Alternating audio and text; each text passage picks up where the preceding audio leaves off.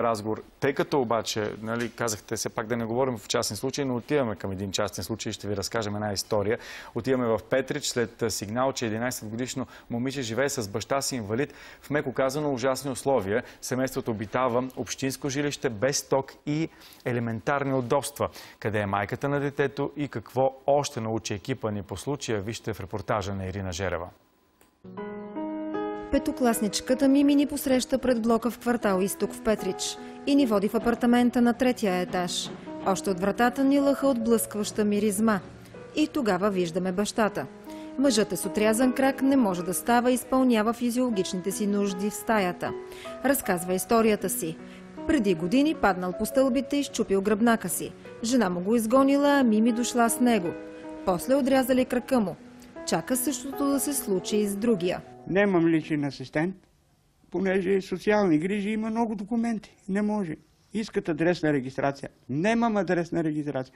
Тук съм незаконно, нямам ток, нямам нищо. Как се настани тук? Настаних се. Казаха ми, че този апартамент е празен. Аз нямаше къде да ида, бех на квартира в една стаичка. Кой се грижи за теб? Дъщеричката. Ето, вижте. И приятелите. Това е. И социални грижи искат да я вземат, да я пратят с Първомай в някакъв пансион.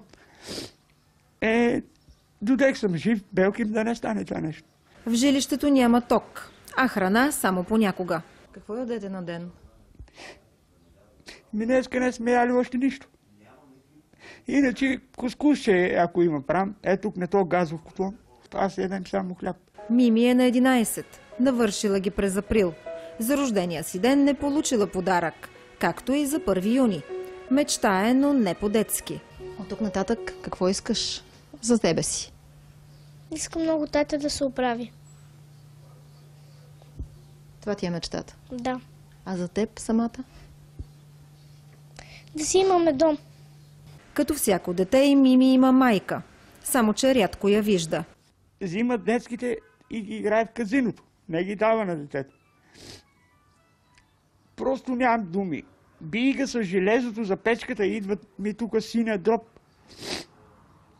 Шо да направим?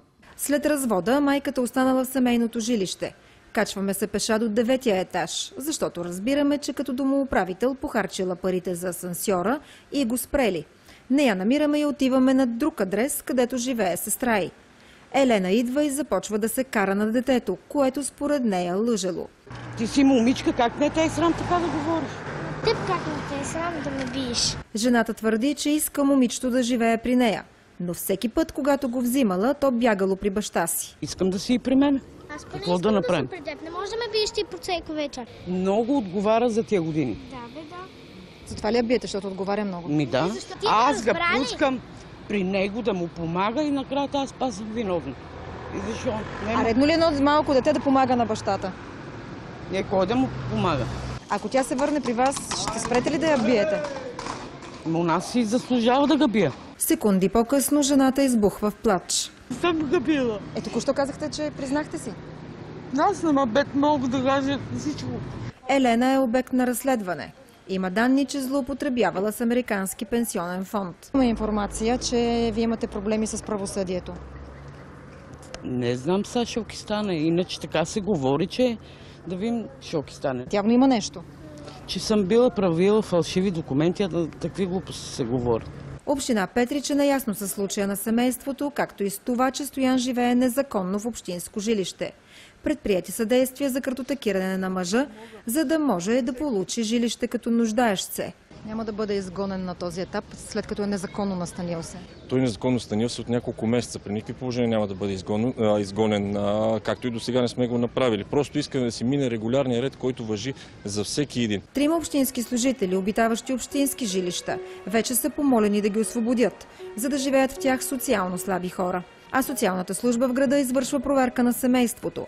Веднъж детето вече е предавано на майката, но след месец избягало. Съдбата му остава неясна до приключване на проверката. За тази сутрин Ирина Жерева.